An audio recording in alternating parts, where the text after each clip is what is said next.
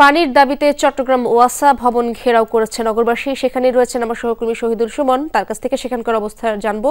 সুমন, পানি নিয়ে কি সমস্যা হচ্ছে নগরবাসী সে ব্যাপারে জানাবেন এবং তাদের দাবি দেওয়া সম্পর্কে কিছু জানতে পেরেছেন কিনা? ইশরাত, যারা ওয়াসা ভবনে এসেছেন তাদের আসলে দাবি হচ্ছে দীর্ঘদিন ধরে তারা পানি পাচ্ছে না, অর্থাৎ ওয়াসার বিল দিয়েও তারা আসলে পানি পাচ্ছেন, এমন একটি দাবি তারা করছেন। বিশেষ করে এই রমজান আসার পর সেই পানি না পাওয়ার যে মাত্রা সেটি আরো কয়েক গুণ বেড়েছে। ফলে সাধারণ মানুষ যারা বিভিন্ন ইফতার তৈরি থেকে সেহেরি কিংবা ইবাদত করার জন্য যেই বিষয়গুলো প্রয়োজন, গোসল করা কিংবা অজু করা, সেই বিষয়গুলো থেকে তারা আসলে কষ্ট পাচ্ছেন। এই কারণেই তারা এই ওয়াসা ভবন এসেছেন এবং তারা ঘেরাও করেছেন।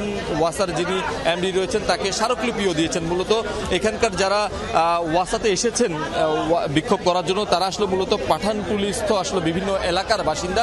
তারা আসলে বলছেন যে বিভিন্ন বাণিজ্যিক প্রতিষ্ঠানে ওয়াসা অবৈধভাবে লাইন দেওয়ার কারণেই আসলে মূলত এই ঘটনা ঘটেছে। তার বাইরে যে অপরিকল্পিত নানা প্রকল্পের কারণেও আসলে এইসব এলাকার মানুষ পানি পাচ্ছেন না বলে দাবি করছেন। তারা এখানে স্লোগান দেওয়ার পাশাপাশি ওই এলাকায় যিনি ওয়াসার দায়িত্বে রয়েছেন তার অপসারণও আসলে দাবি করছেন। সব মিলিয়ে একদল প্রতিনিধি তারা আসলে ওয়াসার এমডির সাথে তারা দেখা করেছেন এবং তাদেরকে স্মারকলিপি দিয়েছেন এবং এখানে খুব দ্রুত আসলে পানির যে সমস্যা সেটি আসলে সমাধানের কথা আসলে এখানকার যারা ওয়াসার কর্মকর্তা তারা আসলে বলছেন। তারপরে এখানকার যারা বিক্ষুব্ধ জনতা রয়েছেন তারা আসলে বলছে যে অতি দ্রুত এই যে তাদের দাবি সেটি যদি আসলে পূরণ না হয় তারা বৃহত্তর কর্মসূচি অর্থাৎ কঠোর কর্মসূচির মতো কর্মসূচি তারা দিতে বাধ্য হবে। ইশরাত, ধন্যবাদ আপনাকে সুমন।